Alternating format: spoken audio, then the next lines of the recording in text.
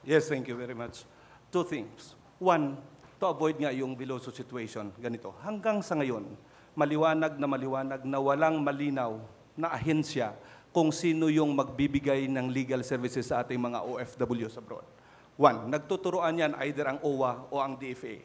That's why when I was still a member of the Board of Trustees ng OWA, I formally proposed a resolution na lilinawin under what circumstance na dapat ang magbigay ng legal service ay OWA, under what circumstance ay DFA. Kasi nangyayari sa ngayon, nagtuturoan yan. So hanggang sa ngayon, hindi pa rin maliwanag. So isa yan sa dapat may sa batas natin so that once and for all, hindi na mangangapa kung saan pupunta yung ating mga OFWs.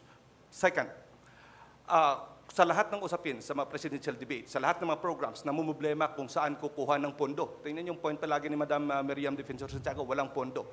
Hindi natin natap itong napakalaking remittances ng ating mga OFWs. Last year, we have more than $31 billion na remittance ng ating mga OFWs. If we can only encourage our OFWs to invest their excess funds by extending state guarantee to whatever that investment may be, including the potential income. Pwede natin gamitin yung kanilang pera, i-buyback natin ang MRT, buyback natin ang Meralco, buyback natin yung lahat ng mga nagre-render ng basic services na halos wala ng control ang gobyerno. Pwedeng pababaan nila ang presyo because sila may control. Ma-democratize ang ownership and that will be owned by our FWs. Isa yan sa aking isusulong if ever given the chance.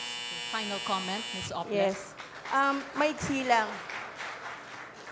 Sa tingin ko malinaw naman sa batas, basta legal services sa DFA yon. Department of Foreign Affairs, nandun nakalagak ang Legal Assistance Fund. Andun yon sa Migrant Workers Act. Ano yung kalituhan? Yung kalituhan kasi, pag yung worker lumalapit, minsan tinitingnan mo na, member ba to ng OWA? Baka OWA dapat ang tumingin sa inyo, nasa DFA na. Minsan naman nasa OWA na sasabihin, ay, consular issue ito. Hindi ito para sa amin, hindi ito welfare issue. Pumunta kayo sa DFA. Kasi pag consular affairs, DFA ang problema. Kaya ang mungkahi ko, isang department na lang para hindi na nagkakalituhan. And may Secretary for Foreign Affairs, for OFW Affairs. Remittances.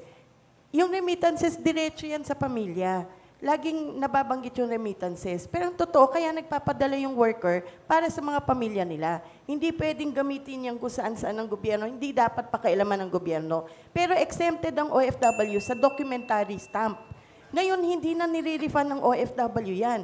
Pero tuwing merong dokumento at pati yung sa remittances nila sa pagpapadala, meron dyan na documentary stamp tax na bilyon kung iipunin mo, hindi na-refund. Saan yun napupunta? Isa yan sa dapat busisiin. Okay, thank you very much, Ms. Susan Ople.